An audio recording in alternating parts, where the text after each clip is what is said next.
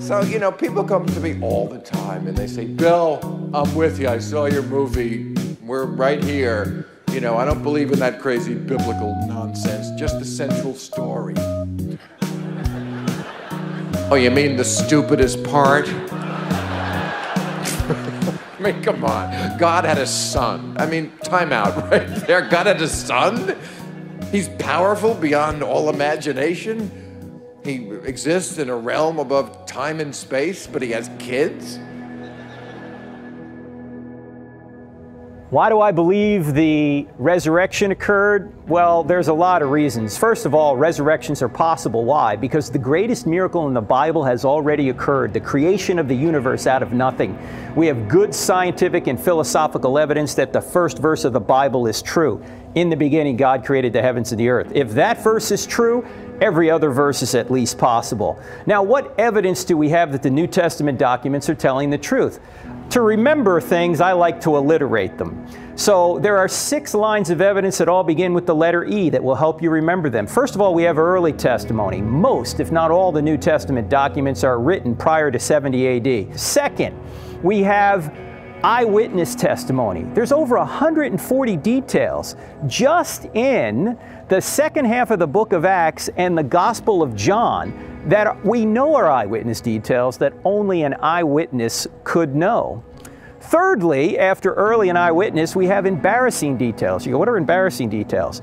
If there's something in the text that's embarrassing to the author or authors, it's probably true. Why? Because people don't like to make up embarrassing details about themselves. They like to hide them. Consider one particular embarrassing detail. At the crucifixion, the disciples run away while the women are the brave ones. Now, who wrote the New Testament documents down? Men. Now, what man is going to admit that he was hiding for fear of the Jews while the women went down and discovered the empty tomb?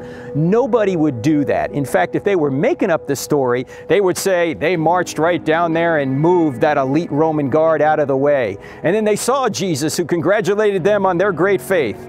And then they went and comforted the trembling women. They wouldn't make up the fact that they were cowards. This is not an invented story. There are several other details, too, that are embarrassing, not only in the New Testament, but also the Old Testament.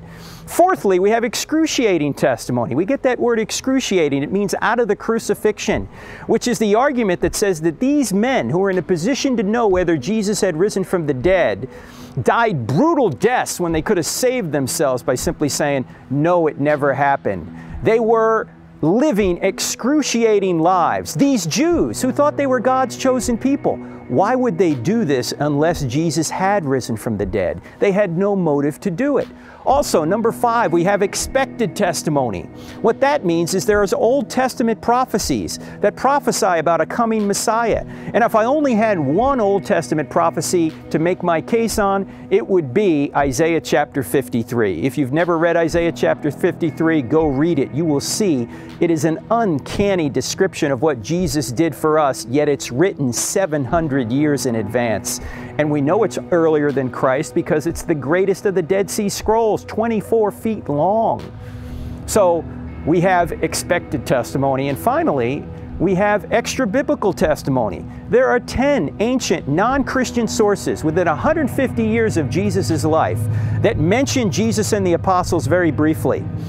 And they say the same basic story the New Testament documents say, that his disciples believed Jesus rose from the dead and they believed he was God and they were willing to die for their beliefs.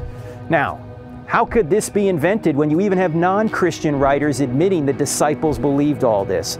I don't have enough faith to believe that the New Testament documents are not telling us the basic truth about Jesus. He really did rise from the dead for my sins and for yours.